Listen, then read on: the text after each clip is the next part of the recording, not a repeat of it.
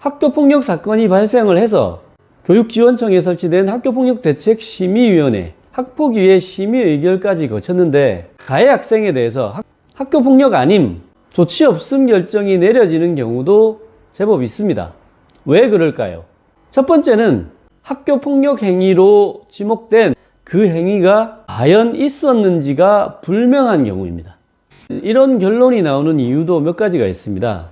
피해 학생과 가해 학생의 주장이 서로 상반되는 경우인데 그 외에 누구의 주장이 맞는지를 밝혀줄 객관적인 증거가 없는 경우가 그렇습니다. 예를 들어 피해 학생은 가해 학생이 자신에게 쌍욕을 했다고 얘기하는데 가해 학생은 그런 욕을 한 적이 없다, 또는 욕이 아니라 이런 말을 했는데 피해 학생이 잘못 들은 것이다, 이렇게 주장을 할 경우에 그 당시 현장에서 그 말을 들은 다른 목격자, 예컨대 학생이나 선생님이 그 말을 들었다 그러면 그 제3자인 학생 또는 선생님의 확인이 있으면 누구 말이 맞는지를 가릴 수 있을 텐데 제3자가 없는 상황에서 둘만 있는 상태에서 욕을 했다 그러면 가해 학생이 그 행위 자체를 부인하거나 다른 이유를 대면서 그 행위 자체가 없었다고 다투는 경우가 그렇습니다.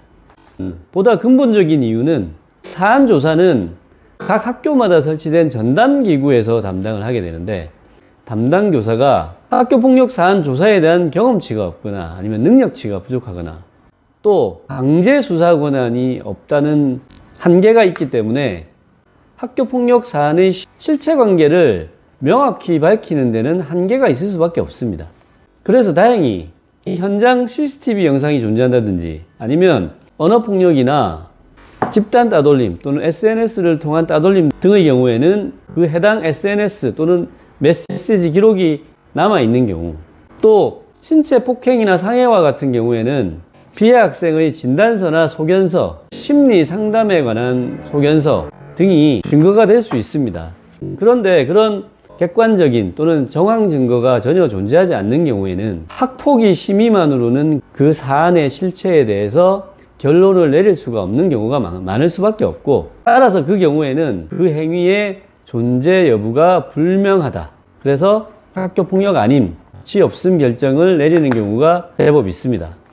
다만 이와 관련해서는 학교폭력 사안이 형사범죄 구속요건에 해당하는 중대한 사안일 경우에는 피해 학생 입장에서는 수사기관에 고소나 신고를 해서 사건 실체에 대한 조사를 거쳐서 어느 정도 자료가 확보된 후에 학교폭력 신고를 하는 방법도 있고, 수사기관을 통한 조사가 학폭위 심의 절차와 병행하게 되는 경우에는 학폭위 단계에서 수사 절차의 결과를 확인하기 위해서 심의 자체를 유보하는 경우도 간혹 있습니다. 그래서 가해 학생 측이든 피해 학생 측이든 사건 초기 단계에서는 꼭 변호사와의 상담을 통해서 학교폭력 행위로 지목된 그 행위의 존재 여부를 어떤 방식으로 밝힐 수 있고 또 그 자료는 어떻게 준비해야 되는지에 대해서 꼭 상담을 통해서 조력을 받으실 것을 권해드립니다.